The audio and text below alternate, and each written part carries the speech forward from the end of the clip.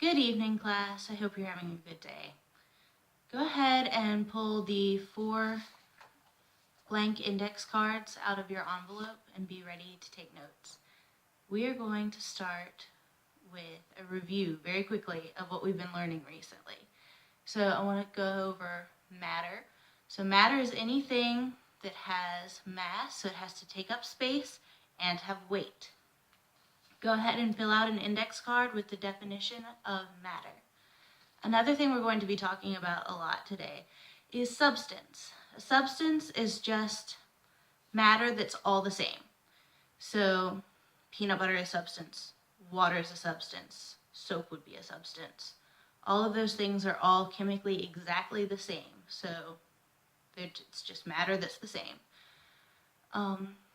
We're going to talk about the way that matter can change. So there are 2 main types of change that we're going to be talking about today: physical change and chemical change. Physical change is when the type of substance that we're changing does not change. So the substance changes, but the type of substance doesn't change. For example, water when it's frozen turns to ice, but it's still water. Chemically, it's still H2O. It hasn't changed, it's just changed the state of matter. The other type is chemical change. Now, chemical change happens when the type of substance does change. For example, when you burn wood, it's no longer wood after you burn it. It has changed to ash. So for physical changes, the type of substance does not change. And for chemical change, the type of substance does change. Go ahead and fill out the other 2 index cards with your physical change and chemical change. Now we're going to talk about physical change first. So you might want to go ahead and get your physical change envelope out and get an index card out of that. So the first way that matter can change physically is by changing states, which we already mentioned.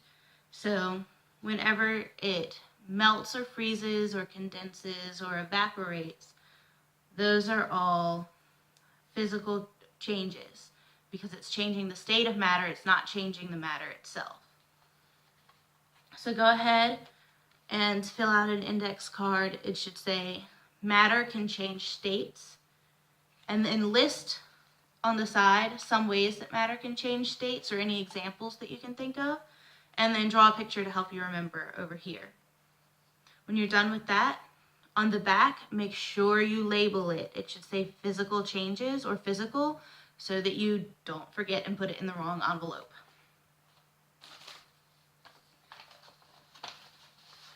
Okay.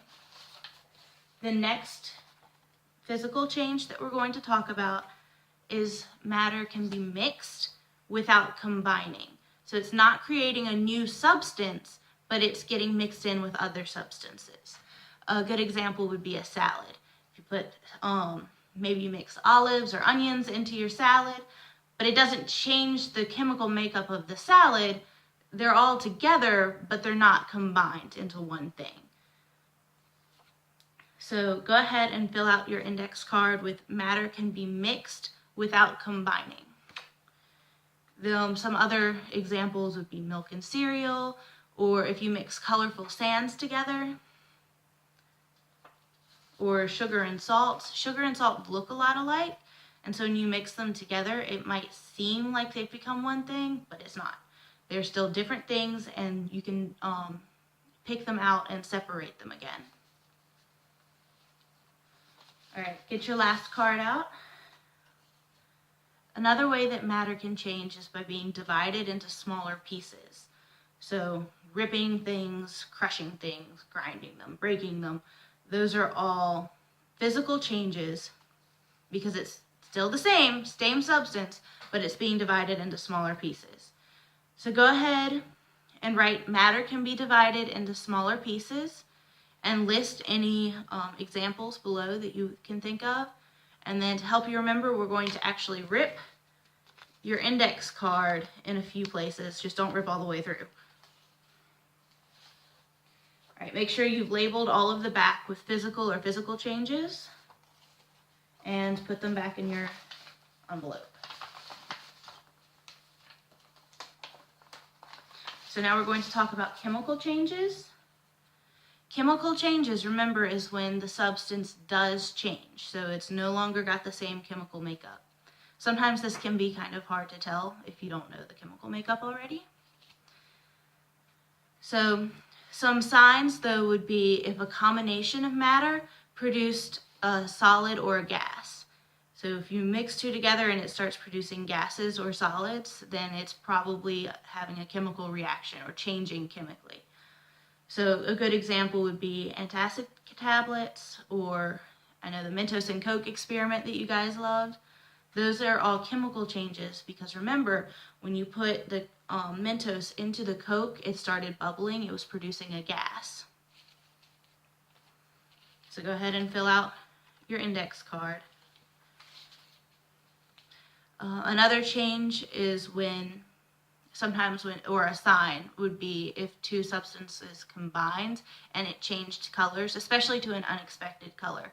A lot of times we'll mix paints together and they'll change color, but that's not usually a chemical reaction. We'll do some more with that tomorrow. We'll actually get to see a couple of examples of that.